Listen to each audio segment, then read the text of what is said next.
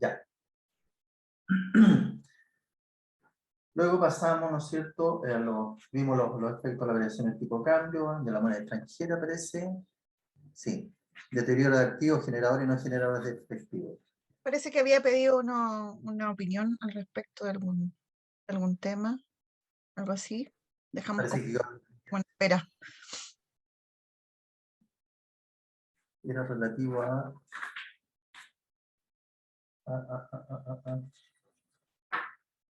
Ya, se me fue en estos momentos. Ya, pero ya me acordé. Lo vamos a retomar. Después tenemos el deterioro de los activos generadores y no generadores de efectivo. ¿Ya? ¿Qué dice respecto al deterioro en realidad? ¿Ya?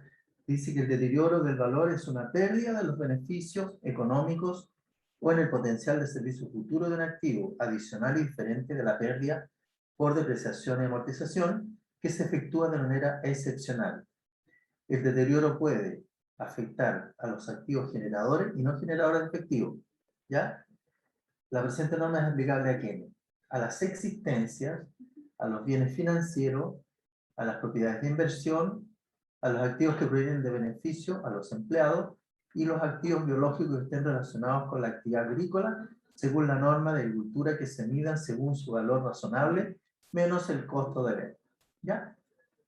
Por lo tanto, ¿no es cierto? El deterioro, hicimos nosotros, en el curso anterior, hicimos un ejercicio del deterioro, ¿no es cierto? ¿Cómo determinamos el deterioro de un bien de uso?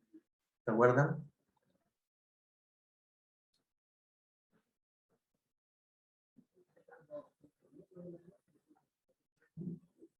¿Cómo se determina el deterioro de un bien de uso?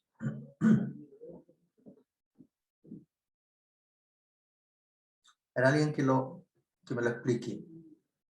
O que me explique cómo hicieron el ejercicio del curso anterior en el cual se pidió que se determinara el deterioro de un bien de uso. ¿Cómo hicieron el cálculo? Alguien que me lo explique.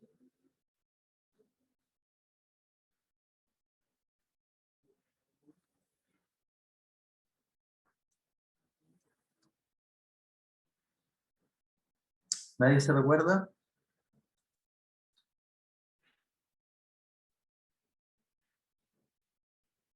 No se abre ningún micrófono. Están todos Ninguno. cerraditos. A ver. Ah, Mariela Miranda dice, no estuve. No. A ver, vamos a ver.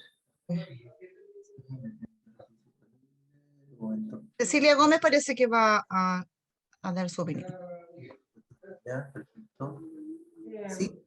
Lo que pasa es que no tengo el ejercicio a mano, pero sí me acuerdo que se determinó el valor de uso ¿Ya?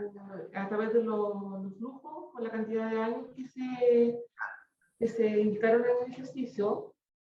También había un valor realizable. Se tuvo que determinar un valor realizable neto porque había un costo de venta ahí asociado de un 5%. Ya, perfecto. Y se compararon los dos montos, de valor contable neto más el valor realizable neto, y ¿Ya? de ahí se determinó, o sea, se determinó que el valor realizable neto era el mayor. Entonces, ¿Ya? ese al valor contable neto se le restó el valor realizable neto y se determinó el valor de deterioro. ¿Ya? Y ahí determinábamos el deterioro, ¿cierto? Ya, vamos a recapitular un poco. ¿Cómo determinamos el valor de deterioro de un bien de uso? Primero que nada, tenemos que disponer de algunos antecedentes. Y esos antecedentes son el valor libros, ¿cierto? Tenemos que conocer el valor realizable, neto. Tenemos que conocer también el valor de uso. ¿Cómo sacamos el valor libro? El valor libro es el valor de adquisición, ¿no es cierto? Menos la depreciación acumulada, me va a determinar el valor libro. Ahora, ¿cómo determino el valor realizable? El valor realizable es como el valor de mercado menos el costo que significaría, ¿no es cierto?, realizar ese bien, ¿ya? Por eso se habla de valor realizable neto. Luego, ¿cómo determino yo el valor de uso? Que también tengo que tenerlo disponible. Bueno, el valor de uso lo saco de acuerdo a los flujos del resto de años de vida útil que pueda tener ese bien, ¿ya? ¿Y qué utilizo? Utilizo la fórmula del valor presente, ¿no es cierto? Aplicándole una tasa de descuento, que puede ser la tasa bancaria vigente en el momento, ¿ya? Ahí voy a determinar el valor de uso, voy a sacar los flujos de cada uno de los años restantes que me quedan, y una vez que lo determine, ¿cómo se determina? Ahí vamos a explicar cómo se determina cada uno de los flujos. Primero, ¿no es cierto? Tenemos el flujo del periodo partido por factor de 1 más i elevado a n. El i es la tasa de descuento, que tengo que transformarla en factor, la tengo que dividir por 100, ¿no es cierto? Y me va a quedar, si estamos hablando de una tasa de descuento del 2%, me queda 0,02, ¿cierto? Y n va a ser el periodo, en el periodo que me encuentre. El periodo 1 va a ser 1, en el periodo 2 va a ser elevado a 2, 3, 4, dependiendo de los años de vida útil que tenga ese bien. Una vez conocido todos estos datos, yo voy a sumar cada uno de los flujos actualizados y ahí voy a determinar el valor de uso. Y para sacar el monto del deterioro, ¿qué tengo que hacer? Tengo que comparar el valor realizable neto versus el valor de uso. Tengo que considerar el mayor valor que se produce entre la diferencia entre ambos valores, ¿ya? Y ese valor que me resulte de restar el valor realizable neto menos el valor de uso, ¿no es cierto? Voy a compararlo. ¿Cuál de los dos es mayor? No es diferencia, todavía no sacamos diferencia, sino que determino cuál es el mayor valor entre el valor realizable neto versus el valor de uso. El que sea el mayor, se lo resto al valor libro y la diferencia que me resulte de acuerdo a esa operación va a significar el monto del deterioro, ¿cierto? ¿Y cómo voy a registrar el monto del deterioro? Pues deterioro de edificaciones a, ¿no es cierto?, a deterioro acumulado de edificaciones. Esta es una cuenta reguladora de los bienes de uso. Tiene las mismas características y los mismos tratamientos que la cuenta de depreciación acumulada. ¿Ya? ¿Se entendió la idea o no? ¿Hubo claridad? ¿Alguien no entendió?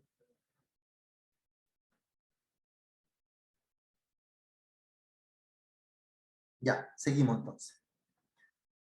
Activos contingentes y pasivos contingentes.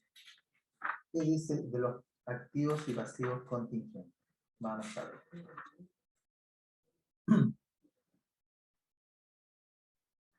Dice que la presente norma, el término contingente se utiliza para activos y pasivos que no se reconocen contablemente debido a que su existencia será confirmada solo porque suceda o no suceda uno o más eventos, ¿ya?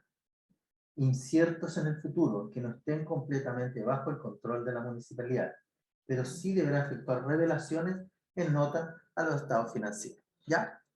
Contingencias que se pueden dar, justamente como lo dice la norma, en ciertas situaciones que se desconocen, que son inciertas, que pueden ocurrir como no pueden ocurrir, ¿ya? Por lo tanto hay que ponerse en ambos escenarios, ¿ya? Por lo tanto, dice, los activos y pasivos contingentes podrán agruparse de acuerdo a su naturaleza o considerarse de forma unitaria, ¿ya? ¿Qué es lo que es un activo contingente? Dice, es un recurso surgido a raíz de sucesos pasados, cuya existencia ha de ser confirmada por la ocurrencia o no ocurrencia, ¿no es cierto?, de uno o más eventos inciertos en el futuro que no estén enteramente bajo el control de la municipalidad, ¿ya? Por lo tanto, son situaciones inciertas que existen, pero no conocemos mayormente las incidencias que puedan tener, ¿no es cierto?, esos hechos. Luego tenemos los errores. Aquí una de las nuevas normativas, una de las novedades respecto de la NIC, ¿no es cierto?, reconoce que se pueden cometer errores durante el ejercicio contable, durante la operación económica, ¿ya? ¿Y qué dice respecto de los errores? Los errores son omisiones o inexactitudes de información fiable que estaba disponible al momento de registrar movimientos financieros o económicos o de presentar los estados financieros de la municipalidad para uno o más periodos anteriores, ¿ya? Dentro de estos errores se incluyen los efectos de errores aritméticos, ¿cierto? Aplicamos mal una fórmula matemática, ¿no es cierto? O sumamos mal, tomamos mal los valores y determinamos un valor, un monto nuevo. Errores en la aplicación de las políticas contables, ¿ya? Quizá a lo mejor en el año se cambió la política contable, pero se siguió aplicando la anterior a la cual se modificó, ¿ya? La inadvertencia o mala interpretación de hechos, también suele ocurrir habitualmente y que podría darse el caso, ¿ya? Y así también como los fraudes, ¿ya? En el fondo, ¿no es cierto?, se reconocen los eventuales también errores que se pueden cometer durante los procesos contables bajo las normas libres.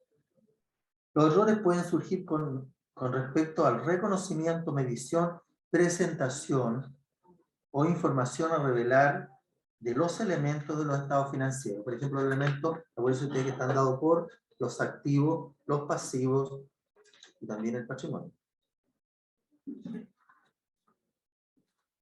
Dice que la corrección de errores deberán ser informados al organismo contralor, ¿ya?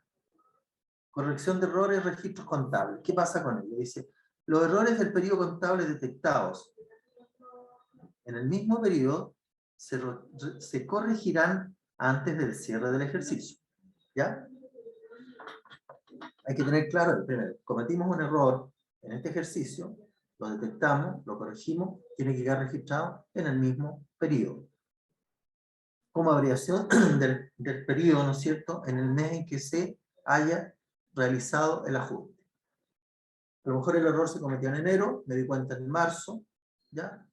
Lo corregí, lo detecté, y a lo mejor el ajuste lo efectué en abril. Por lo tanto, en los informes contables de abril va a quedar reflejado el ajuste de corrección de error, ¿ya?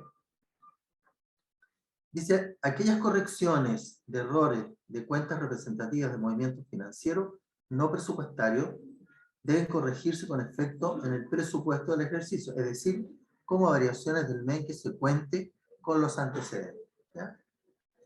Los estados financieros no cumplen con las normas si contienen errores, tanto materiales como inmateriales, cuando han sido cometidos intencionadamente para conseguir respecto de una municipalidad una determinada presentación de su situación financiera, de su rendimiento financiero o de su flujo de efectivo, ¿ya?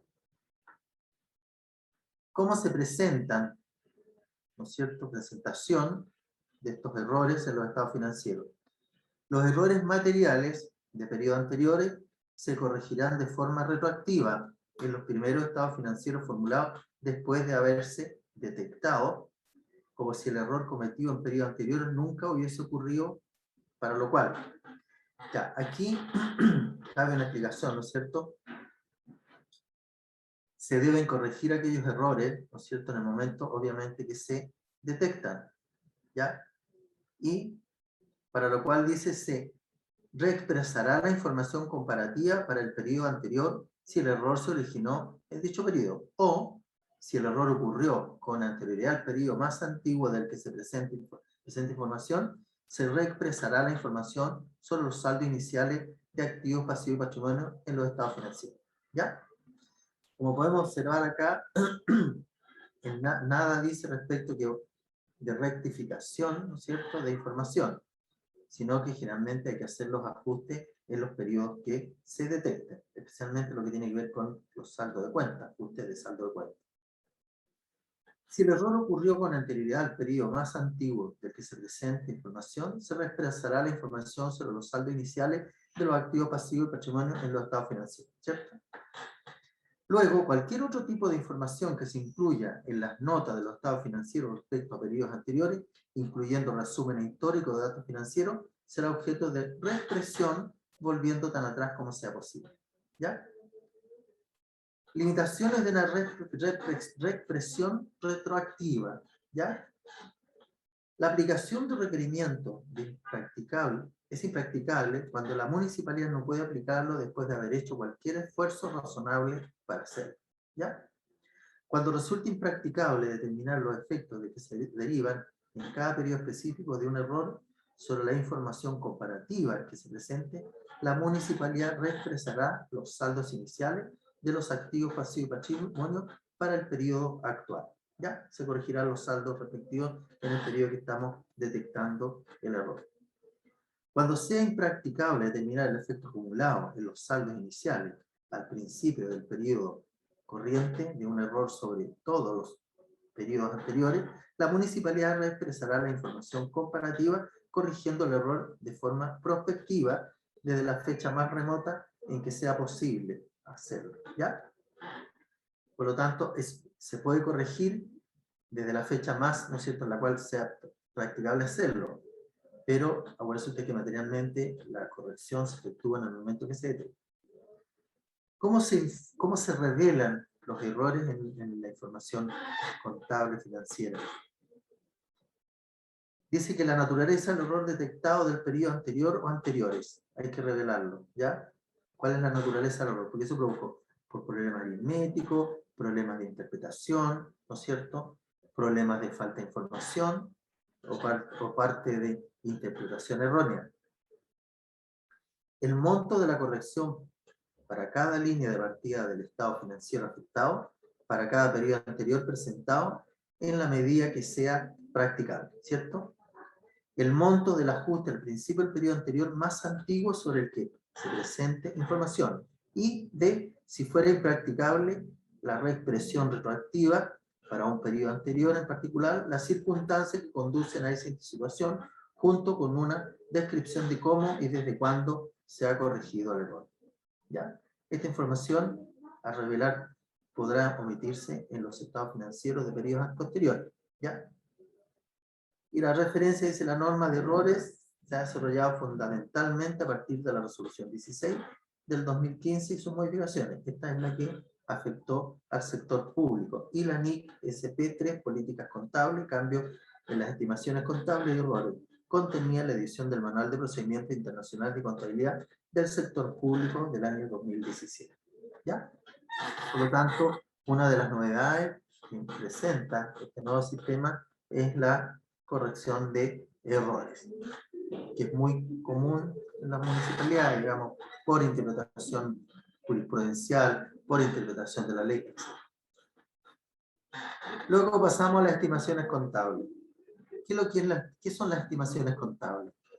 Dice, es la determinación del valor o importe de una partida o rubro por la incertidumbre inherente en determinados hechos económicos, siendo necesario para medirlos con precisión el uso de juicio profesional. ¿Ya? Por ejemplo, la tasación de un inmueble podría ser el caso, en el cual vamos a requerir que ese valor, esa tasación, sea realmente, para que sea confiable, hacerse asesorar por un profesional competente. Dice que para determinadas partidas de activos pasivos, ingresos y gastos, la normativa contable permitirá establecer estimaciones tales como los años de vida útil, deudas incobrables, deterioro del valor de bienes y provisiones. ¿Ya? Eso permite, ¿no es cierto?, las nuevas políticas, las estimaciones contables que se van a hacer. Por ejemplo, en el caso típico que podemos mencionar es el de los deudores incobrables, ¿cierto? Son las deudas incobrables que se generan por las patentes, por los permisos de circulación, ¿no es cierto?, por los derechos de aseo.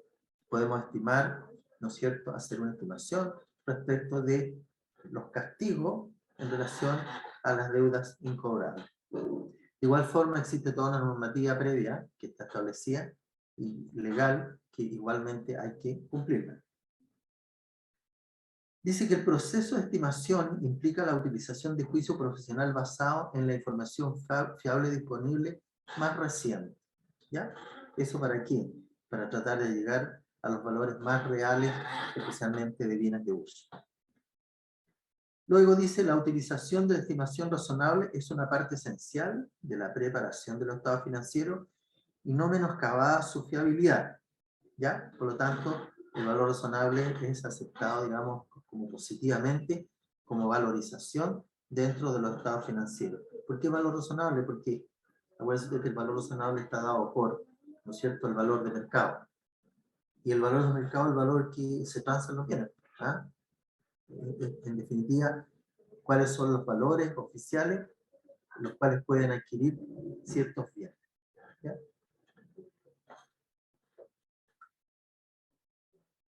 Tenemos también los cambios, cambio en estimaciones contables, también se produce el cambio. Dice, un cambio en una estimación contable es un ajuste en el valor en libro de un activo o de un pasivo, o en el valor de consumo periódico de un activo, que se produce tras la evaluación de la situación actual del elemento, así como de beneficios futuros esperados y de las obligaciones asociadas con los activos y pasivos correspondientes. Los cambios en las estimaciones contables son el resultado de una nueva información o de nuevos acontecimientos y en consecuencia no son correcciones de errores, ¿ya? Sino que son nuevas políticas contables, las cuales se van a empezar a aplicar del momento que se oficializan o del momento, ¿no es cierto?, que se reconocen como tal, ¿ya? Luego tenemos las políticas contables.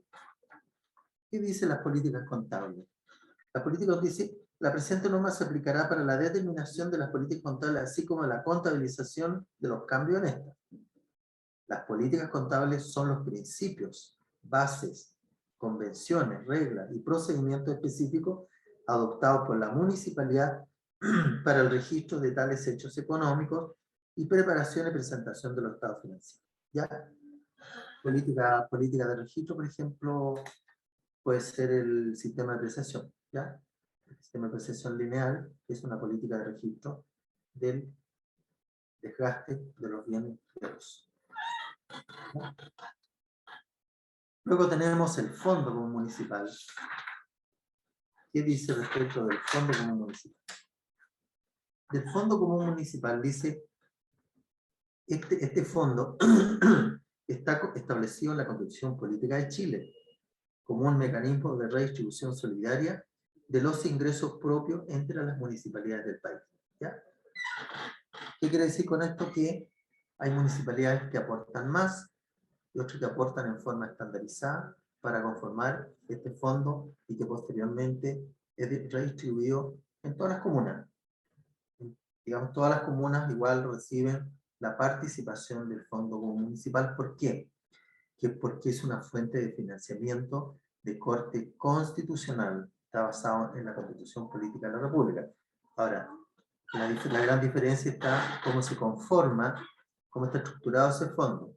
Bueno, directamente, ¿no es cierto?, afecta a los municipios porque parte del porcentaje de algunos ingresos que recaudan van en beneficio directo de este fondo. Y por supuesto, va en beneficio directo de aquellas comunas que disponen de menos recursos, ¿no es cierto?, para el ejercicio de su función. ¿Y cuáles son los típicos aportes que hacen los municipios en forma directa, independiente de otros aportes también que se hacen para conformar este fondo? Es el 62,5% de la recaudación de los permisos de circulación, ¿no es cierto? Tiene que ver con el 50% de las multas TAG, ¿ya?, que recaudan los municipios. También, ¿no es cierto?, está contemplado el 60% de la recaudación del impuesto territorial, también forma parte del Fondo Común Municipal. Bueno, y hay otra serie de normativas que son de aporte directo a través de, ¿no es cierto?, el sector público, ¿ya? Y su distribución también está determinada de acuerdo a ciertas variables que las determina la subsecretaría a través de un decreto supremo en la cual establece cuáles son las variables en forma detallada para poder determinar cuál es la participación que cada comuna le corresponde respecto del Fondo Común Municipal. ¿Ya? Dice el Fondo Común Municipal en adelante, FSM, se conforma con los aportes provenientes del impuesto territorial, transferencia de vehículos, impuesto territorial de inmuebles fiscales, patentes comerciales, si corresponde, los permisos de circulación, las multas TAC, el aporte fiscal anual y multas detectadas por equipos de registro. Estos son los famosos radares, ¿no es cierto?, fotorradares. Dice que para la contabilización de los hechos económicos provenientes del Fondo Común, la presente norma logrará la recaudación y el aporte y la posterior recepción del municipio. ¿Cómo se reconoce y valoriza? Primero, la recaudación y el aporte del municipio al Fondo Común Municipal. Al momento del devengo del ingreso afecto al Fondo Común Municipal, la municipalidad reconocerá el hecho en las cuentas de deudores presupuestarios, ¿ya? Correspondiente contra una cuenta de pasivo denominada obligaciones por aportes al Fondo Común Municipal, de acuerdo al porcentaje establecido en el ordenamiento jurídico, y una cuenta de ingreso patrimonial por la que es de beneficio municipal, ¿ya? La recepción de recursos destinados al Fondo Común Municipal debe cargarse una cuenta de disponibilidad denominada Fondo por enterar al Fondo Común Municipal. Ojo, aquí hay una gran diferencia también, porque podríamos decir, oye, la verdad es que igual debiera ir a la caja directa o al banco, ¿no es cierto?, desde el punto de vista contable. Pero lo que pasa es que ocurrieron muchos municipios que no enteraron en forma oportuna el Fondo Común Municipal.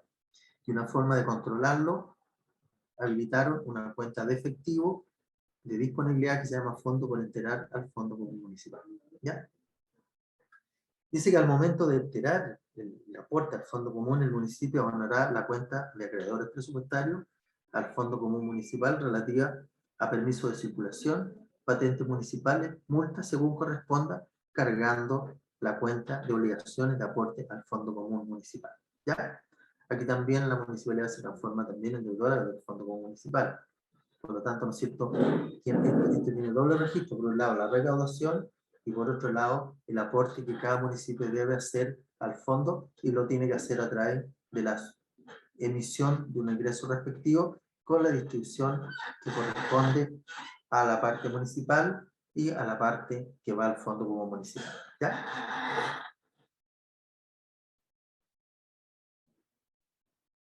Dice, en el caso de los permisos de circulación pagaderos en 2 cuotas, los reajustes recibos deberán ser distribuidos en el mismo porcentaje establecido para luego transferir el aporte al fondo mediante el abono a la cuentas por pagar, transferencias corrientes al Fondo Común Municipal, permiso de circulación, intereses y reajustes pagados, ¿ya?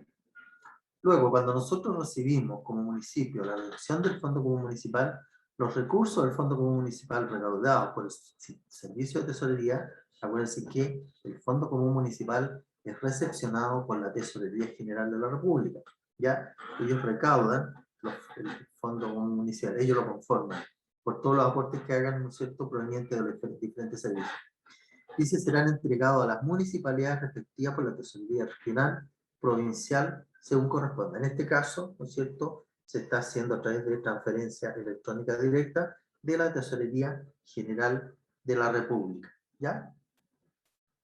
Y ella, ¿no es cierto?, la Tesorería Regional o Provincial entrega a las municipalidades en 2 remesas mensuales, ¿sí? Pero la primera de ellas dentro de los primeros 15 días de cada mes, y corresponderá a un anticipo. Hay un anticipo, ¿no es cierto?, que lo entrega generalmente dentro de los 7 primeros días, ¿ya?, de cada mes, del mes siguiente a la fecha de la recaudación. Y la segunda dentro de los últimos 15 días de cada mes, que corresponderá a la recaudación efectiva del mes anterior, descontando el monto distribuido como anticipo, ¿ya? Ahí pareciera que no tenemos mayor discusión. La recepción de la participación del Fondo Común se registrará en una cuenta de deudores presupuestarios denominada Participación del Fondo Común Municipal, artículo 38 del Decreto Ley 3063 de 1979. ¿Ya? Luego tenemos las inversiones en asociadas o negocios conjuntos. ¿A qué se refiere este concepto? Dice, el objetivo de esta norma es prescribir la contabilidad de las inversiones en asociadas y negocios conjuntos y establecer los requerimientos para la aplicación del método de la participación al contabilizar las inversiones en asociadas y negocios conjuntos, ¿ya? Bueno, aquí en los municipios no tenemos mucha participación, ¿no es cierto?, respecto de esta normativa. Luego tenemos los acuerdos conjuntos, ¿ya? El objetivo de esta norma es establecer los principios para la presentación de información financiera por las municipalidades, ¿no es cierto?, que tengan una participación en acuerdos que son controlados conjuntamente. Esta norma define control conjunto y requiere que una municipalidad que forma parte de un acuerdo conjunto determine su tipo mediante la evaluación de sus derechos y obligaciones y los contabilice en conformidad con el tipo de acuerdo conjunto, ¿ya? Por tanto, el acuerdo conjunto es de carácter contractual, es un contrato mediante el cual dos o más partes mantienen control conjunto, pudiendo ser operación conjunta o un negocio conjunto.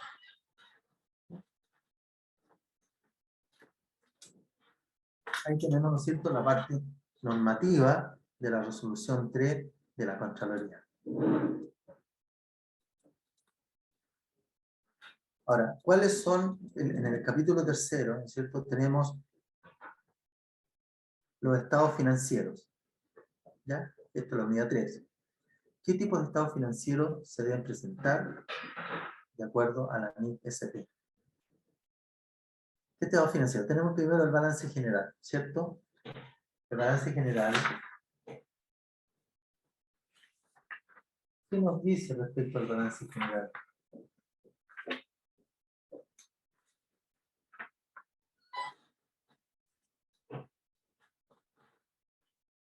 De los estados financieros, ¿no es cierto? Concepto, el objetivo de presente norma es establecer la forma de presentación de los estados financieros con propósito general, para poder asegurar su comparabilidad tanto con los estados financieros de ejercicios anteriores de la propia entidad, como con los de otras entidades, ¿ya?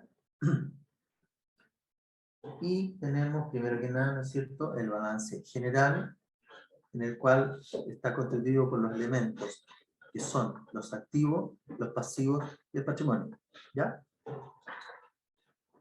Y claramente define qué son los activos, qué son los pasivos y también qué constituye el patrimonio del municipio. El balance general, obviamente, nace de una posterior revisión anterior que tiene que ver con el balance de comprobación y de saldo, ¿ya? ¿Eso qué significa? Que existe un balance previo en el cual vamos a verificar que el tratamiento de las cuentas desde el punto de vista contable esté adecuado a la normativa y los principios de contabilidad generalmente aceptados. ¿Ya?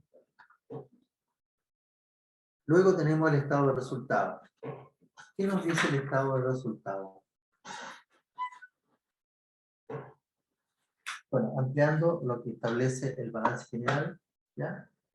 También se denomina balance general o estado de situación financiera, ¿ya? Que tiene por objetivo mostrar la situación económica financiera de una entidad pública a una fecha determinada y tiene como elementos constitutivos el activo, el pasivo y el patrimonio. Esa es la estructura que tiene el balance general.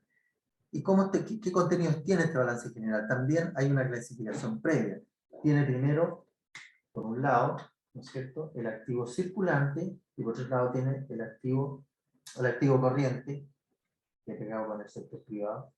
Tenemos el activo corriente y el activo no corriente, ¿ya? ¿Cuál es el activo corriente? Dice que un activo debe clasificar como activo corriente cuando se espera que se realice o se mantiene para la venta o su consumo en el curso de los 12 meses posteriores a la fecha de presentación, año calendario o periodo contable, ¿cierto?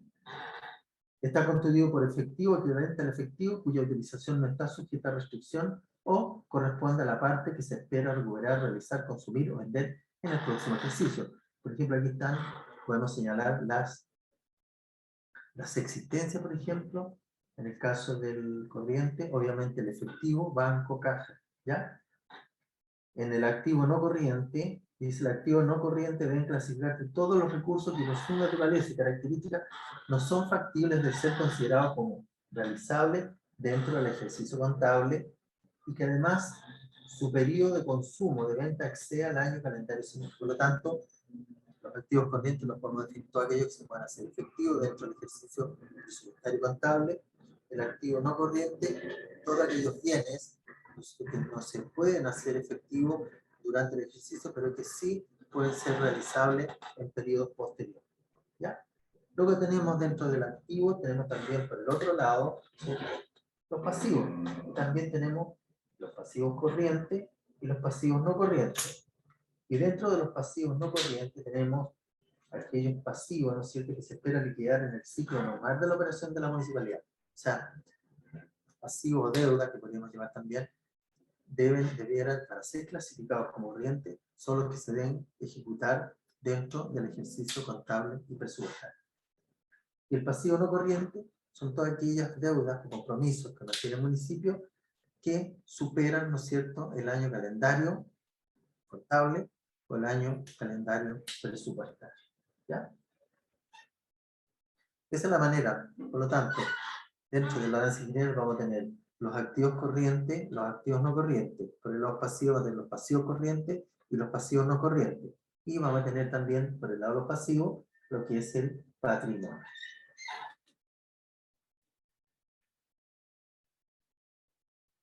Bueno, el balance general tiene un formato en donde aparece, obviamente, los activos corrientes, los activos no corrientes, ¿no es cierto? Y por el lado de los pasivos, la misma clasificación que señalé anteriormente. Luego, ¿no es cierto?, del balance general, nos pasamos al estado de resultados. ¿Cuál es el objeto del estado de resultados? Dice que el estado de resultados tiene como objetivo mostrar el desempeño, ojo, mostrar el desempeño de la gestión económica financiera de una entidad pública en un periodo contable determinado. Ello a través de las variaciones indirectas del patrimonio, esto es, evaluando los elementos reconocidos como ingresos y gastos patrimoniales habituales. ¿Ya? Por lo tanto, tenemos que tener claro que cuando utilizamos las variaciones indirectas del patrimonio, tenemos que hacerlo a través de los gastos patrimoniales y de los ingresos patrimoniales. ¿Ya? ¿Y cómo está estructurado, ¿no es cierto?, este estado? Primero que nada, ¿no es cierto?, se reconocen los ingresos operacionales, tenemos las transferencias recibidas, los ingresos por venta de bien y prestación de servicios de gestión ordinaria, las rentas de la propiedad, que son ingresos, las ventas netas de bienes. Las ventas netas de bienes, ¿no es cierto?, tiene que ver con el precio de venta de bienes de uso, la venta de propiedades de inversión, ¿no es cierto? Siempre las ventas netas de los bienes. Cuando determinamos las ventas netas de los bienes, obviamente que consideramos el valor de venta, menos todos los gastos asociados a la venta, ¿cierto? Y ahí estamos hablando de ese valor final, estamos hablando de las ventas netas. Por otro lado, ¿no es cierto?, tenemos los gastos, y ahí aparecen definidamente los gastos en personal, ¿ya? Tenemos los bienes y servicios de consumo, como gastos patrimoniales, las prestaciones de seguridad social, las transferencias otorgadas, ¿ya? Por el otro lado tenemos, por el lado de ingresos, tenemos las transferencias recibidas, ¿ya? En ambos casos tenemos la cuenta de transferencias, una por el lado de ingresos, las recibidas, por el lado de los gastos, las otorgadas. Tenemos acá también registrado, que es importante, el costo de las ventas, ¿ya? ¿Cuál es el valor de los bienes como costo de venta, ¿cierto? De aquellos bienes que podemos vender. Y también, si alguna institución, ¿no es cierto?, pública, tiene a la venta productos específicos que ella misma produce, ¿no es cierto?, también puede determinar sus costos de venta, ¿ya? Tenemos, ¿no es cierto?, los gastos financieros también están incluidos dentro de estos rubros, como los intereses, los deterioros de bienes financieros, ¿no es cierto?, y otros gastos que no están debidamente señalados en la nomenclatura anterior. Luego, ¿no es cierto?, vamos a sacar la variación del valor razonable en activo financiero, las operaciones de cambio, que también van a ser más o menos, y vamos a terminar el resultado del ejercicio, ¿ya? Y también el evento que ocurra, vamos a determinar el interés minoritario que pueda tener el municipio respecto de otras inversiones, ¿ya? No sé si hay dudas, consultas. Aquí lo que hay que tener es claro, y ser súper explícito, que cuando hablamos del estado de resultados, ¿no es cierto?, estamos hablando del desempeño que ha tenido el municipio respecto de la administración financiera, ¿ya? Otro aspecto importante, que a través de este estado, ¿no es cierto?, estamos verificando las variaciones indirectas que se están generando en el patrimonio. ¿Y cuál va a ser la variación final que vamos a tener de patrimonio? Va a ser el monto final del correspondiente al resultado del ejercicio. ¿Ya?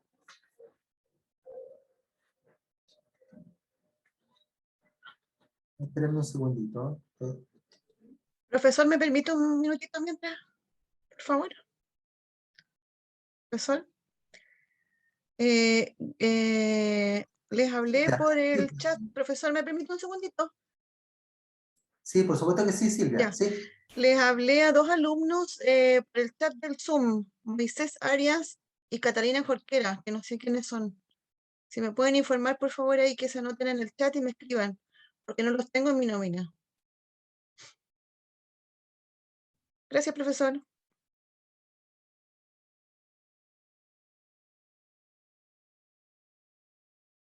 O bien, si tienen otra conexión, que se renombren, porque si no voy a tener que dejarlos en sala de espera.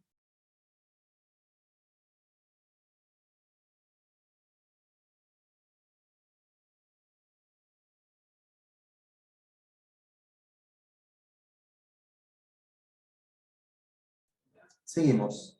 Es que necesito que se comuniquen conmigo Moisés Arias y Catalina Jorquera, que no sé quiénes son, profesor.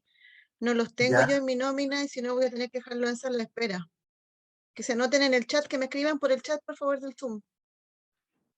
por favor, hay que registrarse para que queden presentes, ¿no es cierto? Y puedan optar también a la certificación final sobre la participación de este curso. Lo que pasa es que si se conectan con otro nombre, esas 2 personas están ausentes, porque yo no ¿Ya? tengo registrado ni a Moisés Arias ni a Catalina Jorquera en mi lista. Don Moisés está conectado, ¿o no? Puede contestar, habilitar su micrófono. Don Moisés, Catalina según Jorquera. don Moisés Arias, según dice acá que está conectado. Ya, si no los voy a dejar en sala de espera. Gracias, profesor. Ya, listo, muy bien. Ya, seguimos, ¿no es cierto?, con el estado de resultado, que este estado, ¿qué es lo que informa? ¿No es cierto? Informa las variaciones del patrimonio, pero en forma indirecta, a través de 2 cuentas, que son los ingresos patrimoniales y por otro lado que son los gastos patrimoniales. ¿Ya? Y aquí entramos a un estado, informe, que es el estado de situación presupuestaria. ¿Ya? La cual obviamente que es el que más tenemos como a la vista cuando hablamos de gestión financiera y presupuestaria municipal, ¿ya? Y en el fondo es como la recopilación de qué forma estamos aplicando y dando cumplimiento a la parte presupuestaria municipal. ¿Qué dice respecto del estado de situación presupuestaria? El estado de situación presupuestaria tiene un objeto de informar sobre el resultado de la ejecución del presupuesto utilizado por la municipalidad por las instancias administrativas pertinentes, sancionado a través de los instrumentos que correspondan en cada caso, tales como decretos alcaldicios, que incluyan las modificaciones presupuestarias que afectan a dicho periodo. Del análisis de dicho estado resulta factible medir el grado de desempeño o nivel de ejecución de los recursos que las municipalidades administran para satisfacer las necesidades de la comunidad implícitas en el cumplimiento de sus cometidos. ¿Ya? Bueno, dijimos que, ¿no es cierto?, que el balance presupuestario nos proporciona información relativo de qué manera se está cumpliendo el presupuesto y cuál es el nivel de avance, ¿ya? También tiene por objeto efectuar un control de la ejecución presupuestaria, tanto desde el punto de vista operativo como desde el punto de vista financiero presupuestario, ¿ya? También, ¿no es cierto?, nos permite, a través de este informe, poder detectar todas aquellas cuentas que requieran ser modificadas y aplicar las normativas de flexibilidad presupuestaria que establece año a año el Ministerio de Hacienda, ¿ya? El cual, de igual forma, existe y bien está vigente la normativa para la aplicación de ese proceso. Dice, los componentes o elementos del estado de situación presupuestaria se sustentan en los conceptos de ingresos y gastos presupuestarios, ¿ya? Que están dentro de la normativa del clasificador presupuestario del sector público, pero como municipio solamente utilizamos aquellas cuentas que se relacionen directamente con la gestión propia municipal. Por tanto, no utilizamos el total de cuentas, sino que vamos a utilizar aquellas cuentas que tengan una clara identificación de la actividad municipal. Primero, ¿no es cierto?, tenemos los ingresos presupuestarios.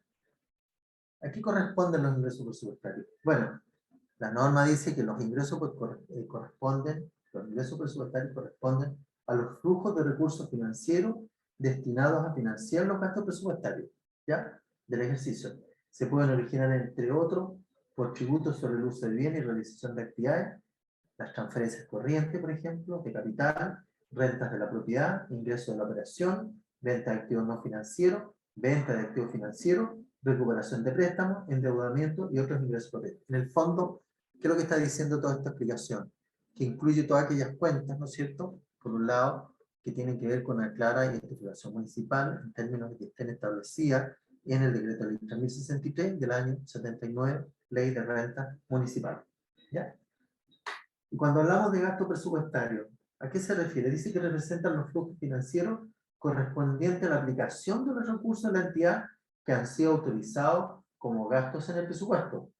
Tienen su origen en desembolso para el funcionamiento de la municipalidad, gastos en personal, bienes de consumo, transferencia, inversión, ¿no es cierto?, deuda flotante, etc. ¿Ya? En la preparación de dicho estado necesariamente debe considerarse el presupuesto autorizado. Partimos con el presupuesto inicial y la ejecución del mismo en términos de devengado y efectivo. ¿Ya? Por el lado, ¿no es cierto?, en el lado de los ingresos tenemos los ingresos devengados, ¿no es cierto?, y tenemos los ingresos percibidos.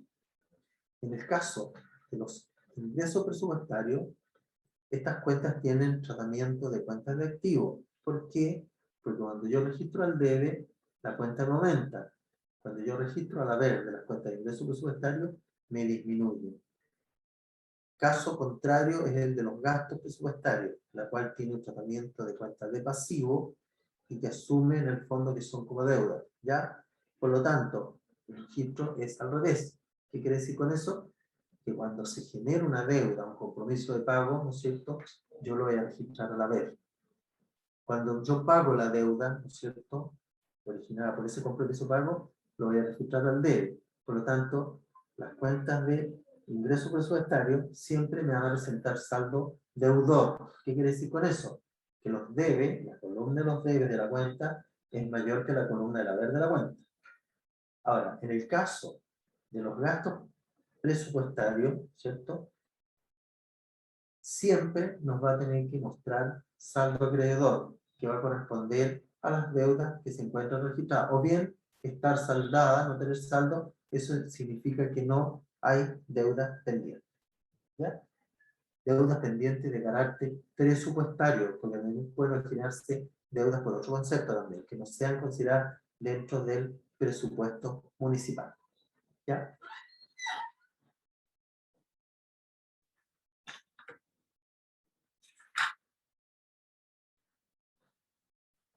Para los efectos de la presentación de este estado de situación debe considerarse un nivel agregado, ¿ya?, que lo establece la misma normativa, ¿ya? Generalmente la elaboración de este balance se encuentra, ¿no es cierto?, a nivel de ítems o a nivel de aprobación del presupuesto inicial. Sin perjuicio, ¿no es cierto?, de igual forma todos los municipios sacamos la información al último nivel de desagregación, ¿ya? Por lo tanto, cuando subimos la información al sistema, por defecto, ¿no es cierto?, asume y carga solamente los datos que son requeridos de acuerdo a la normativa y de acuerdo a las instrucciones que imparte la subsecretaría. La ejecución del presupuesto se reflejará en el estado de situación presupuestaria. En las siguientes instancias de ingreso se reconocerán como devengado y percibido, y los gastos se reconocerán como devengado y pagado. ¿Ya? El ingreso se reconocerá de acuerdo al principio del devengo y la normativa contable y presupuestaria aplicable. Supone el reconocimiento del deudor presupuestario y simultáneamente el de un pasivo y de un ingreso patrimonial o bien la disminución de otro activo. ¿Ya? El reconocimiento del ingreso como percibido supone la materialización del cobro en forma de efectivo o de otros recursos disponibles, o en una disminución de una obligación presupuestaria. El gasto se reconocerá de acuerdo al principio del devengado y la normativa contable presupuestaria aplicable. Supone el reconocimiento de un acreedor presupuestario y simultáneamente el de un activo o de un gasto patrimonial o bien la disminución de otro pasivo. ¿Ya? El reconocimiento de un gasto como pagado supone la materialización de su desembolso en forma de efectivo o de otros recursos disponibles en una disminución de un deudor presupuestario. ¿Ya? Por lo tanto, hoy en día, ¿cuál es la estructura que tiene este informe presupuestario? ¿Cierto? La estructura que tiene, ¿no es cierto? Obvio, el código, ¿cierto? El nombre de la cuenta o del ítem presupuestario. Luego va el presupuesto inicial, el cual fue aprobado en su momento por el Consejo Municipal, al menos el 15 de diciembre del año anterior. Luego tenemos el presupuesto vigente, que corresponde al presupuesto inicial, más todas las variaciones que se hayan producido durante el periodo.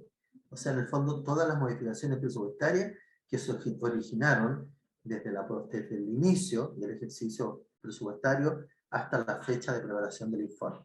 ¿Ya? Y esas modificaciones presupuestarias están debidamente autorizadas por un decreto supremo del Ministerio de Hacienda. Luego tenemos, ¿no es cierto?, lo que es en el caso de los ingresos, tenemos el ingreso devengado, ¿ya? O el devengamiento del ingreso. En el fondo, da lo mismo, ¿ya? Y por otro lado, ¿no es cierto?, tenemos el ingreso percibido, lo que efectivamente se percibió. También algunos municipios, algunos sistemas arrojan, ¿no es cierto?, el saldo presupuestario.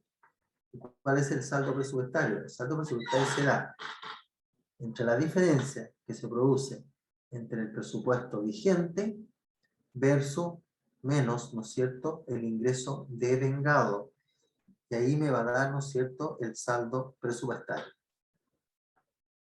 Luego también, en la última columna, me va a señalar cuáles son los ingresos por percibir, ¿ya? ¿Y cuáles van a ser el ingreso por percibir? Es la diferencia que se produce entre el ingreso devengado menos el ingreso percibido, ¿no es cierto? La diferencia que se produce entre ellos va a corresponder al ingreso por percibir. Jamás nunca se va a poder presentar esa cuenta, ¿no es cierto?, con saldo acreedor, por cuanto no podemos registrar una cantidad mayor que la que hemos recibido, ¿ya? Por lo tanto, en ese caso, siempre esa cuenta va a presentar saldo deudor, ¿no es cierto?, o simplemente quedar saldada, ¿ya? ¿Hay alguna consulta, duda?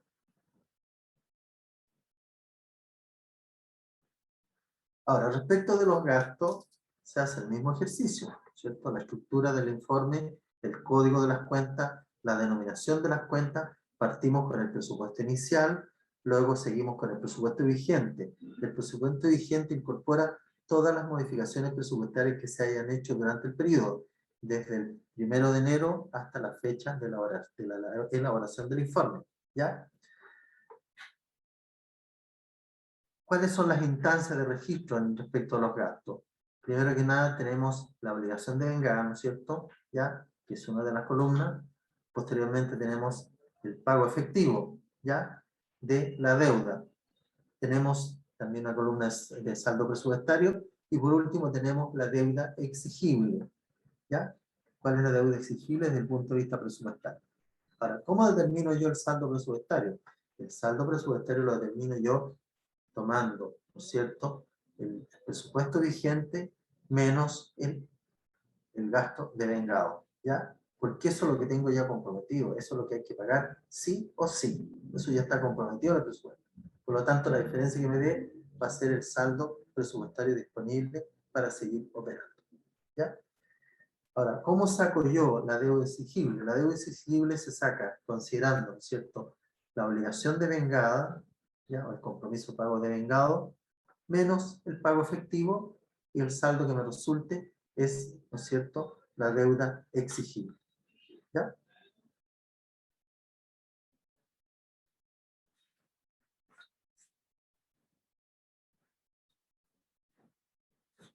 Luego tenemos el estado de flujo efectivo.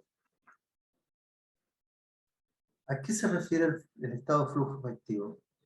Dice que la información sobre los flujos de efectivo proporciona a la municipalidad y a los usuarios de los estados financieros las bases para evaluar la capacidad que tiene la municipalidad para generar efectivo y equivalente al efectivo, así como la necesidad de utilización de esos flujos de efectivo que ésta tiene, ¿ya? O sea, por un lado, estamos registrando los ingresos, ¿no es cierto?, efectivos, porque estamos hablando solamente de efectivo, no hablamos de vengado, de compromiso de pago, no, hablamos de los ingresos efectivos, ¿ya? Aquí habla también de los equivalentes efectivos. ¿Cuáles son los equivalentes efectivos? Se tienen con el fin de cumplir con los compromisos de pago a corto plazo, más que para su inversión u otros fines. Para que una inversión se considere como equivalente efectivo, debe poder fácilmente convertirse en una cantidad determinada de efectivo y estar sujeta a un riesgo insignificante de cambio en su valor. Por tanto, una inversión será un equivalente al efectivo cuando tenga un vencimiento próximo, por ejemplo, 3 meses o menos desde la fecha de adquisición. ¿Ya?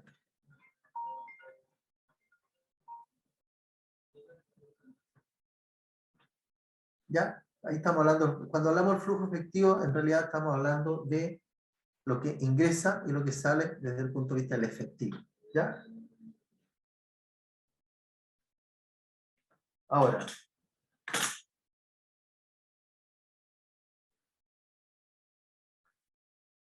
¿qué contempla el estado de flujo efectivo? ¿Qué se identifica en el estado de flujo efectivo? Primero, las fuentes de entrada de efectivo. ¿De dónde se generaron, de dónde provienen los ingresos? ¿Ya? ¿Cómo se generaron, de dónde provienen? ¿Cuál es el origen? ¿Ya? Las fuentes de entrada de efectivo, ¿ya? Las partidas en que se ha gastado el efectivo durante el periodo sobre el que se informa. Ahí estamos hablando de los ingresos, de los desembolsos. ¿Bajo qué conceptos resultaron desembolsos de efectivo? ¿Cuál fue el origen? ¿Cierto? Y obviamente que el Estado presenta el saldo, ¿no es cierto?, de efectivo a la fecha de presentación de la información. El estado efectivo debe informar de los flujos de efectivo del periodo clasificados por actividades de operación, de inversión y de financiación. O sea, aquí también el estado de efectivo clasifica las operaciones o las consolida en un gran concepto. Primero que nada, las actividades operacionales. En segundo lugar, todo lo que tenga con la inversión. Y en tercer lugar, todo lo que tenga con el financiamiento. ¿Ya? Por lo tanto, ¿no es cierto?, se deberá utilizar el método directo para la preparación de los estados de flujo efectivo, es decir, se obtendrá el estado a partir de las cuentas que miden la variación de fondo presupuestario y no presupuestario. ¿Ya? ¿Cuáles son las cuentas que han generado, ¿no es cierto?, los ingresos y los desembolsos? Trátese de esto de cuentas presupuestarias y de cuentas no presupuestarias. ¿Ya? Por ejemplo, ¿no es cierto?, respecto de la administración de fondos, ¿qué cuenta? O sea, ¿bajo qué condiciones esa cuenta de administración de fondos me genera un ingreso de efectivo? ¿Hay alguien que me conteste?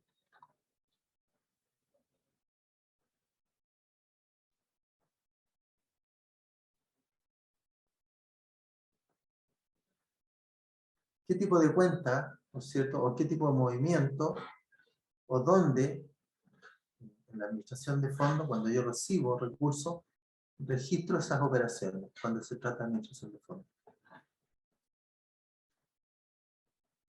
Aquí estamos hablando de una cuenta no presupuestaria. ¿Dónde yo puedo determinar que se produzca un flujo efectivo cuando trabajo yo con la cuenta de administración de fondos?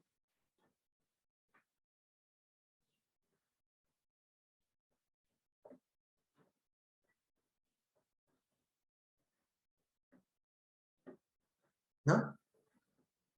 Cuando se produce un flujo de efectivo, ¿no es cierto?, respecto de la administración de fondos, es cuando, primero que nada, yo recibo los fondos y los registro a la vez de la cuenta administración de fondos. ¿Ya? Por otro lado, ¿no es cierto? ¿En qué momento, ¿no es cierto?, esas mismas cuentas me reflejan un flujo de efectivo de salida, ¿ya? Cuando yo estoy aplicando, ¿no es cierto?, esos fondos. ¿Y cuándo los aplico? Cuando empiezo a generar los gastos, los desembolsos. ¿Y cómo registro yo esos desembolsos que provienen de la administración de fondos? Los registro, obviamente, en una cuenta complementaria que se llama aplicación fondos de administración, pero lo registro al debe. ¿Ya? Ojo con eso. Por lo tanto, ahí se da, ¿no es cierto?, la compensación entre un ingreso efectivo y también los ingresos efectivos. ¿Ya? Por lo tanto, la cuenta de administración de fondos me va a registrar movimientos de efectivo, ¿ya? Los cuales van a ser considerados a la hora de consolidar toda la información y poder determinar cuáles son mis flujos totales como municipio. ¿Ya? Dice que los flujos efectivos procedentes de las actividades de operación se derivan de las transacciones que constituyen la principal fuente de generación de recursos de la entidad, tales como, en el caso de los municipios, la recaudación de impuestos municipales, contribuciones, multas e intereses, intereses y otras rentas obtenidas por la adquisición de instrumentos financieros, los cobros por venta de bienes y prestación de servicios, la percepción de subvenciones, transferencias, donaciones y otras asignaciones presupuestarias provenientes de otras entidades públicas o privadas, cobros procedentes de cuotas, comisión y otros ingresos análogos, otorgamiento de transferencias, ¿ya? Pagos a proveedores públicos o privados por el suministro de bienes y servicios, pago al personal de prestaciones previsionales, de asistencia social y otras, cobros y pagos de las entidades de seguro por prima y prestaciones, anualidades y otras obligaciones derivadas de pólizas suscritas, pagos de impuesto a la propiedad, a la renta, la tasa y derechos en relación con las entidades de operación. Bueno, y aquí aparecen todos los conceptos que tienen contacto con ingresos como en gasto. ¿Ya?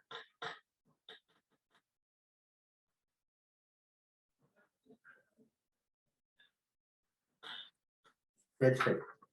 Ya, en ese caso, cuando hablamos del flujo de efectivo, ¿no es cierto? También dijimos que estaban clasificados por conceptos en ambos casos, ¿ya? Y esto estábamos dados por, ¿no es cierto?, el tipo de actividades que cada entidad desarrolla, ¿ya? Y lo definimos, ¿no es cierto?, en que van a estar clasificados en actividades de operación, ¿no es cierto? Todos los flujos de ingresos y gastos producto de actividades de operación, de inversión y de financiación, ¿ya? Esa va a ser la estructura que va a tener, ¿no es cierto?, el informe de flujo de efectivo.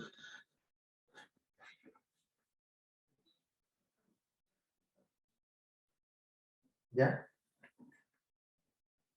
Bueno, y tiene que ver con todos los tipos de movimiento, tanto ingreso como gasto efectivo.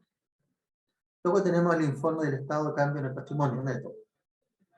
¿Ya? Y aquí siempre hemos hablado, ¿no es cierto?, que el patrimonio durante el ejercicio contable siempre tiene variaciones, pero cuando se producen esas variaciones son en forma indirecta, que están dadas por los ingresos patrimoniales y por los gastos patrimoniales. ¿Ya? Acá tiene que ver con los cambios en el patrimonio neto en forma directa. ¿Ya? ¿Y cuáles podrían ser? Dice, el estado de cambio en el patrimonio neto tiene por objeto reflejar las variaciones directas del patrimonio. ¿Ya? Lo que hacemos nosotros con los ingresos y gastos patrimoniales son variaciones del patrimonio en forma indirecta. Pero aquí, cuando hablamos de estado de cambio en el patrimonio neto, estamos hablando de variaciones directas al patrimonio. O sea, tocamos el patrimonio en forma directa, así de simple. Durante el transcurso del ejercicio contable. Incluye tanto el resultado del ejercicio como aquellas variaciones que, por su naturaleza, no deben formar parte de los estados de resultado. Entre estas últimas se pueden destacar, por ejemplo, los ajustes por cambios en la política contable, ajustes por corrección de errores y otros, ¿ya? El objeto de este estado es revelar la información que modifica el patrimonio de la entidad en un periodo determinado y que no está incluida en el estado de resultado y que corresponde a cada una de las cuentas o partidas de ingresos y gastos del periodo reconocidos directamente en el patrimonio. Por ejemplo, el resultado del periodo, los efectos de los cambios en la normativa contable y en las correcciones de errores. El estado de los resultados acumulados al principio del periodo y en la fecha del balance, así como los movimientos del mismo durante el periodo, y aquí tenemos el formato. ¿Ya? Eso lo pueden, ¿no es cierto? Lo pueden sacar de los apuntes de la Contraloría.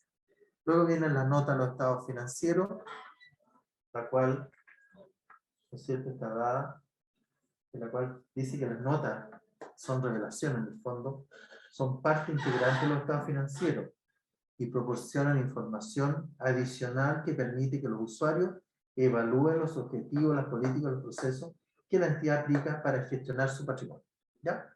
Por lo tanto, es una información adicional complementaria a los estados financieros, pero que forman parte de esta información, de la información contable y financiera. Por lo tanto, es de obligación obligatoria. ¿Ya?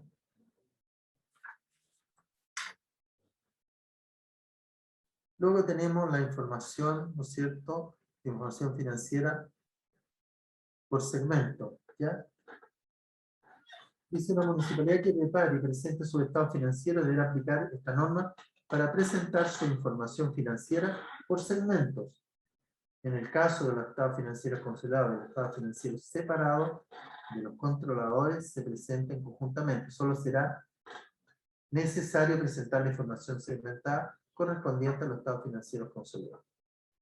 Dice que un segmento es una actividad o grupo de actividades de la entidad que son identificables y para los cuales es apropiado presentar información financiera separada con el fin de evaluar la gestión pasada de la entidad en la consecución de su objetivo, tomar decisiones respecto a la futura asignación de recursos y reforzar la transparencia en la preparación de su información, ¿no es cierto?, financiera, y cumplir con la obligación de mejorar su rendición de cuentas. Aquí podríamos estar frente, ¿no es cierto?, a los departamentos o a las secciones respectivas, ¿ya? Los departamentos de educación y salud, ¿ya? El departamento de menores, ¿ya?, etcétera, dependiendo de los niveles o los tipos de áreas que se hayan incorporado al municipio. ¿Ya? Luego tenemos la información a revelar sobre participación en otras entidades. Acá dice que se deberá revelar la metodología usada para determinar, primero, que se tiene el control de otra entidad, la naturaleza de su participación en otra entidad o acuerdo conjunto en el que tiene participación. ¿Ya? Generalmente, de lo que yo conozco, no hay municipios que tengan participación en otras entidades. ¿Ya? Por lo tanto, me merecen duda la aplicación, o si las hubiere, hay que aplicarla en el mérito que corresponde. ¿Ya? Información a revelar sobre partes relacionadas, que también tiene que ver, ¿no es cierto?, su objetivo es mostrar información sobre transacciones entre municipios y sus partes relacionadas. ¿Ya? Quizás acá también en un caso especial que podría darse, ¿ya?, y que está relacionado, ¿no es cierto?, si estamos relacionados una municipalidad con otra. Después dice: hecho ocurrido después de la fecha de presentación, también deben revelarse todos aquellos hechos que no hay presentado, ya cerrados los ejercicios y consolidar la información. Igual pueden ocurrir hechos relevantes que tuvieran una incidencia importante dentro del estado financiero, pero también tienen que revelarse e informarse, formar parte de estas notas explicativas. ¿Ya? También tenemos los estados financieros consolidados, que para el caso de las municipalidades existe el estado consolidado a nivel municipal y tiene los informes separados por áreas de gestión: educación, salud, área municipal, área menores, área de cementerio, etc. Va a depender del tipo de áreas que tengan incorporados los municipios en su gestión municipal.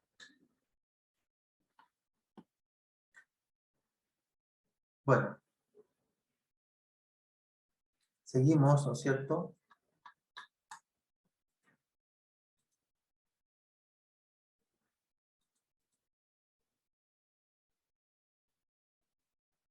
¿Qué dice la resolución número 3 del 2020 de la Contraloría? Disculpen.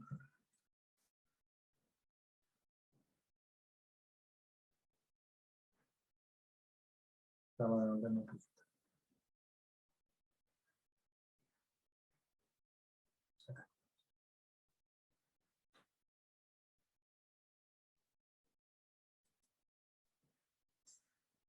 Ya, ejemplo de norma específica de las municipalidades, algunos derivados del presupuesto.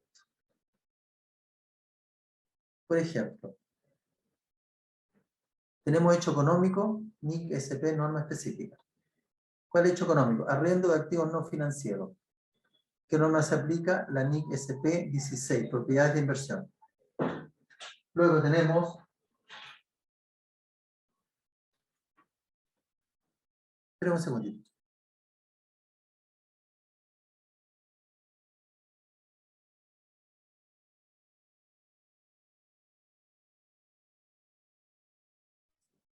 Ya. Luego tenemos, ¿no es cierto?, el arriendo de activos no financieros, la NIC SP16, se aplica propiedades de inversión. La venta de servicios, aplicamos la NIC SP9, ingreso de transacciones con contraprestación, ¿cierto?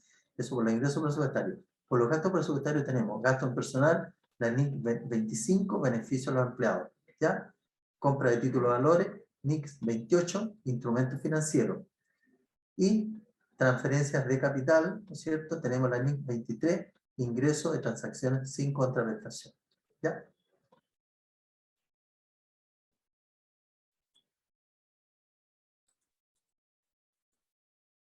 Acá tenemos las reglas contables de operatoria, ¿ya? Tenemos, siempre basándonos en la resolución número 3 de la Contraloría, primero tenemos la integración contable presupuestaria. Ya nos dimos cuenta, ¿no es cierto?, que desde el punto de vista contable, desde el punto de vista presupuestario, ambos sistemas están entrelazados, especialmente de acuerdo a cómo está concebido el sistema de contabilidad público en Chile, ¿ya? Tenemos, ¿no es cierto?, los presupuestarios, ¿ya? En el caso de la integración contable, está dada por el cierre y apertura de los deudores y acreedores presupuestarios, ¿cierto? Lo conocemos contablemente, cuando hacemos el cierre y apertura de los deudores y acreedores presupuestarios, ¿ya? Luego tenemos desde el punto de vista presupuestario el cierre de las cuentas de gestión económica, ¿ya? Los ingresos de gestión o los ingresos patrimoniales, los gastos patrimoniales. También tenemos el cierre de la cuenta de remesa e intermediación de fondos, pero acá casi no aplica porque esto está orientado hacia más el sector público. Los movimientos económicos también está más orientado más al sector público. Los registros de responsabilidades o derechos eventuales, esto sí, la apertura de deudores y acreedores presupuestarios, ¿ya? Recuerden ustedes que se habilita con este nuevo sistema el registro de responsabilidades o derechos eventuales. También desde el punto de vista presupuestario, ¿no es cierto?, tenemos las contabilizaciones con signo negativo, ¿ya? Traspaso del resultado del ejercicio a resultado acumulado, ¿ya? Ahí, ¿no es cierto?, tiene una incidencia netamente, ¿no es cierto?, cuando hablamos de registro con signo negativo, hablamos derechamente respecto de movimientos presupuestarios.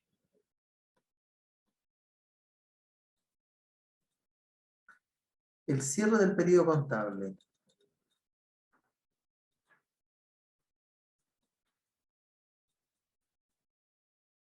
¿Cómo hacemos el cierre del periodo contable? Bajo la norma de la resolución 3. Tenemos primero el cierre de apertura de los deudores y acreedores presupuestarios. Dice, las cuentas de deudores y acreedores presupuestarios que muestran la ejecución del presupuesto de un año deben quedar saldadas al término de cada ejercicio contable. ¿Ya? Quedan cerradas. Al inicio de cada ejercicio contable, los saldos anteriores deben traspasarse a las cuentas de deudores presupuestarios y acreedores presupuestarios que correspondan para el ejercicio siguiente. ¿Ya?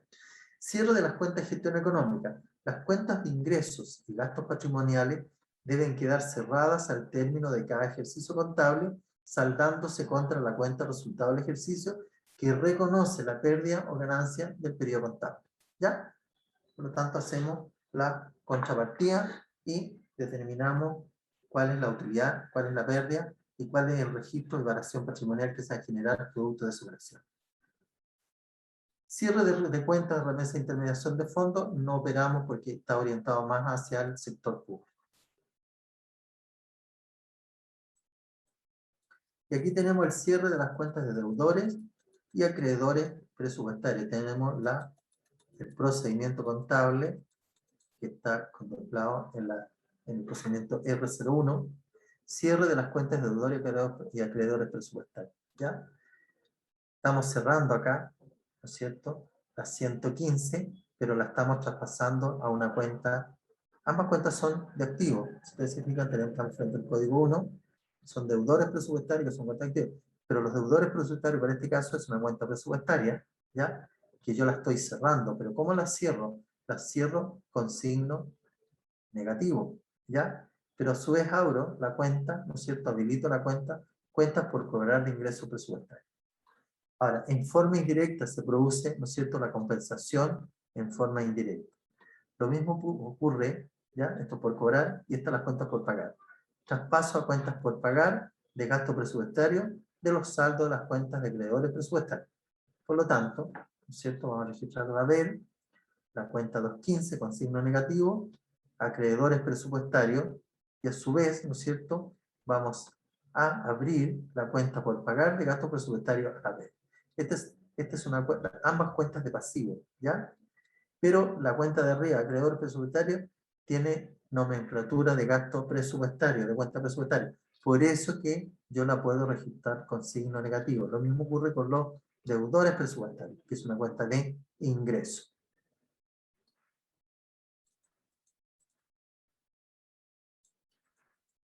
Movimiento de cierre, resultado que incrementa el patrimonio. Y tenemos resultado que disminuye el patrimonio neto, ¿cierto? Y aquí lo vamos a ir registrando en el resultado del ejercicio. Dice, el cierre de las cuentas de gestión económica, cuando los ingresos patrimoniales son mayores que los gastos patrimoniales, se genera un resultado positivo y lo vamos a tirar al resultado del ejercicio, a una cuenta patrimonial, código 3. Y va a ir a la ver. ¿Por qué? Porque me está aumentando esta cuenta, me está aumentando el patrimonio, ¿ya? Que es la diferencia que se ha generado entre los ingresos patrimoniales versus los gastos patrimoniales, y es la diferencia de los resultados. Para este caso, como los ingresos patrimoniales son superiores a los gastos patrimoniales, se me produce una utilidad, ¿no es cierto?, un excedente positivo, que lo voy a cerrar contra la cuenta resultado del ejercicio, la cuenta 3, que es cuenta patrimonial. Si bien es cierto acá, estamos alterando el patrimonio, pero lo estamos alterando en forma indirecta. ¿Por qué? Porque en vez de tirarlo a patrimonio, ¿no es cierto?, a disminución del patrimonio, lo estamos tirando a resultado del ejercicio. ¿Ya? Ahora, situación contraria, el cierre de las cuentas de gestión económica cuando los gastos patrimoniales son mayores que los ingresos patrimoniales. ¿Ya?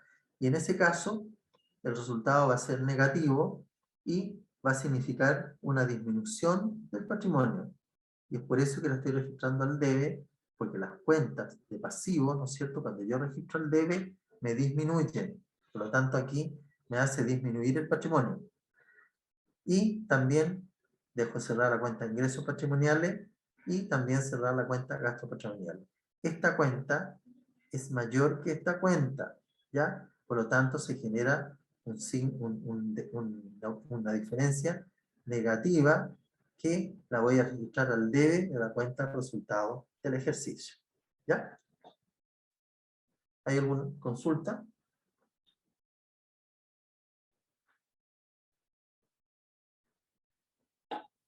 ¿Duda, consulta?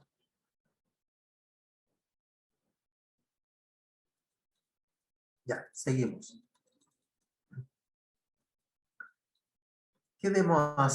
Bueno, aquí teníamos el cierre, ¿no es cierto? Estábamos cerrando las cuentas.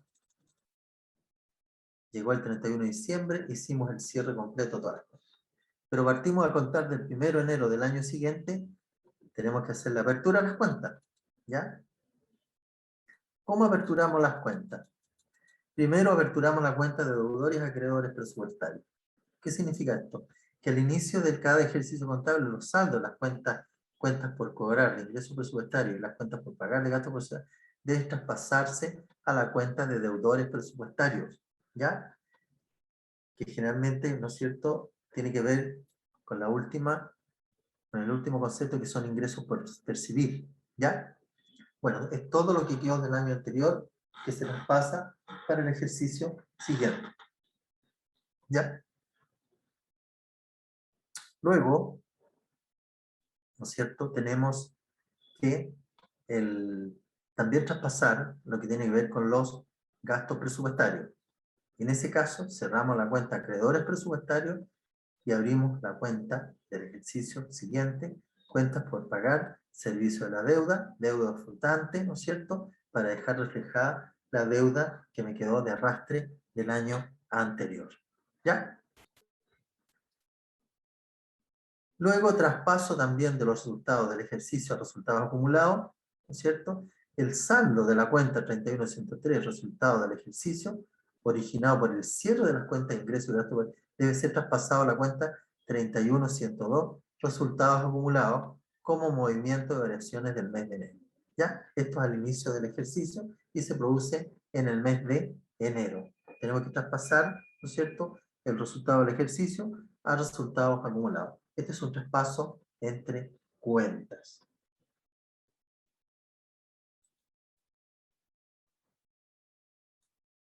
Luego, la apertura de deudores a acreedores presupuestarios. ¿Cómo hacemos el registro contable? Traspaso del saldo año anterior de bienes financieros a la cuenta de deudores, presupuestarios correspondientes. Y aquí está el asiento contable, ¿no es cierto?, que estamos ingresando en el registro presupuestario y contable del ejercicio siguiente. La cuenta por cobrar la estamos abriendo, ¿no es cierto? Cuentas por cobrar, regulación de préstamos, ingresos por percibir, en la cuenta, en el presupuesto de ingresos. Luego cerramos la cuenta por cobrar de ingreso presupuestario a la vez. Y solamente me queda registrado presupuestariamente esta cuenta, ¿ya? Luego tenemos las cuentas por pagar, ¿ya? Cuentas por pagar de gasto presupuestario, ¿ya?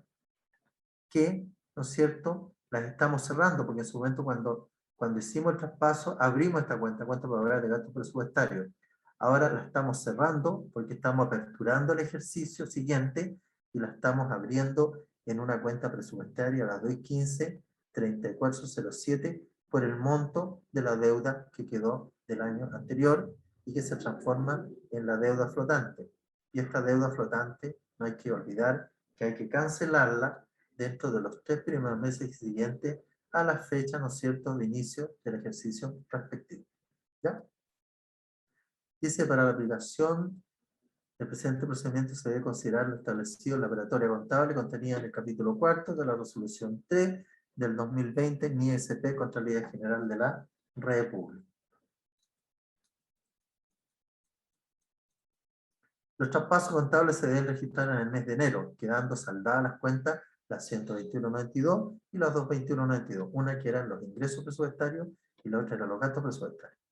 Cada municipio tendrá la responsabilidad de asegurarse que los deudores y acreedores presupuestarios correspondan a ingresos y gastos devengados y que cuenten con la documentación de respaldo considerando los criterios establecidos en el oficio circular 20.101 del 2016. O sea, cuando yo traspaso estos bienes, tanto ingresos como gastos, deben corresponder en términos de monto a los mismos montos que quedaron registrados contablemente en el periodo anterior. Yo no puedo incorporar otros valores que no sean esos que quedaron efectivamente registrados. Lo mismo ocurre con los gastos. Si en gastos me quedaron devengados 100, ¿ya? Los 100 los voy a tener que abrir en el ejercicio siguiente. Yo no puedo incorporar quizá algún valor que no alcancé a considerar, no puedo, ¿ya? Tiene que ser todo cuadrado. Hay procesos, de acuerdo a esta normativa, en las cuales se pueden hacer algún tipo de regularizaciones como la que se plantea, ¿ya?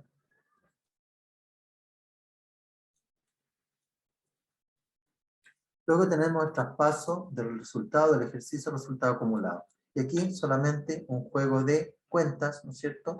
Estamos aumentando Ya estamos traspasando del resultado del ejercicio, lo estamos disminuyendo y lo estamos tirando al resultado acumulado. Acuérdense que estas cuentas son cuentas de patrimonio, porque se inician con el código 3, ¿ya? Código 3, resultado del ejercicio y resultados acumulados. Entre ambas cuentas tienen que quedar cerradas, no sé qué, tiene que quedar cerrada la cuenta de resultados del ejercicio. Solo queda habilitada la cuenta resultados acumulados, que forma parte de la estructura de cuenta patrimonial, del patrimonio, ¿ya?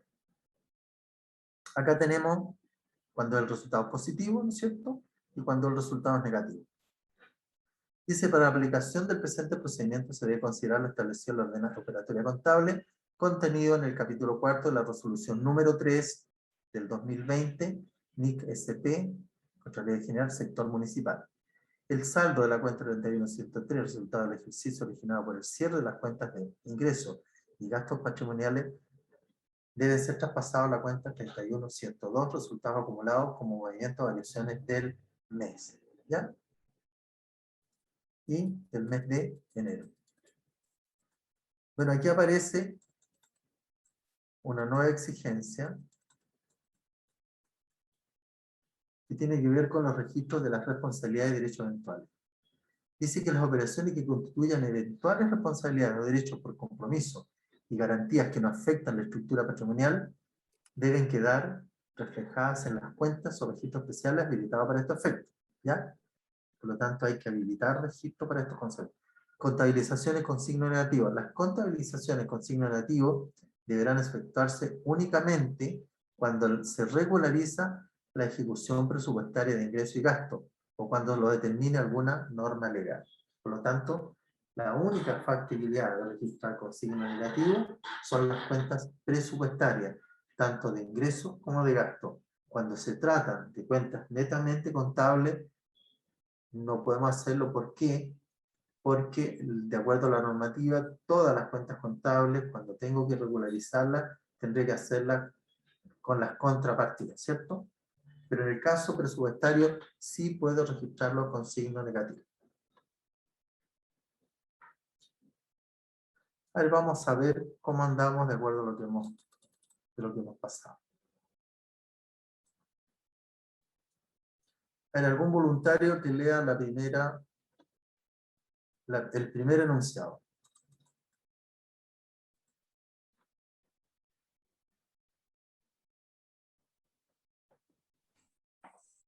¿Hay algún voluntario o voluntaria? Mariela Miranda Mariela. levantó la mano.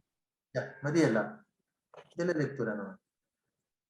En el marco conceptual puede proporcionar orientación en ciertos aspectos de información financiera no contemplada en las normas.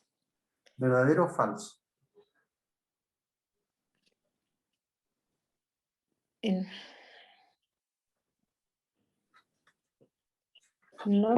En el marco conceptual, no sé, podría ser verdad. Puede ser verdadero. ¿Sí? Sí, no sé. Orientaciones. ¿Es verdadero? ¿Alguien más opina que es verdadero?